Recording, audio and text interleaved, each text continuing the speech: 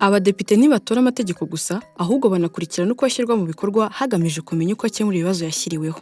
Bikorwa bite?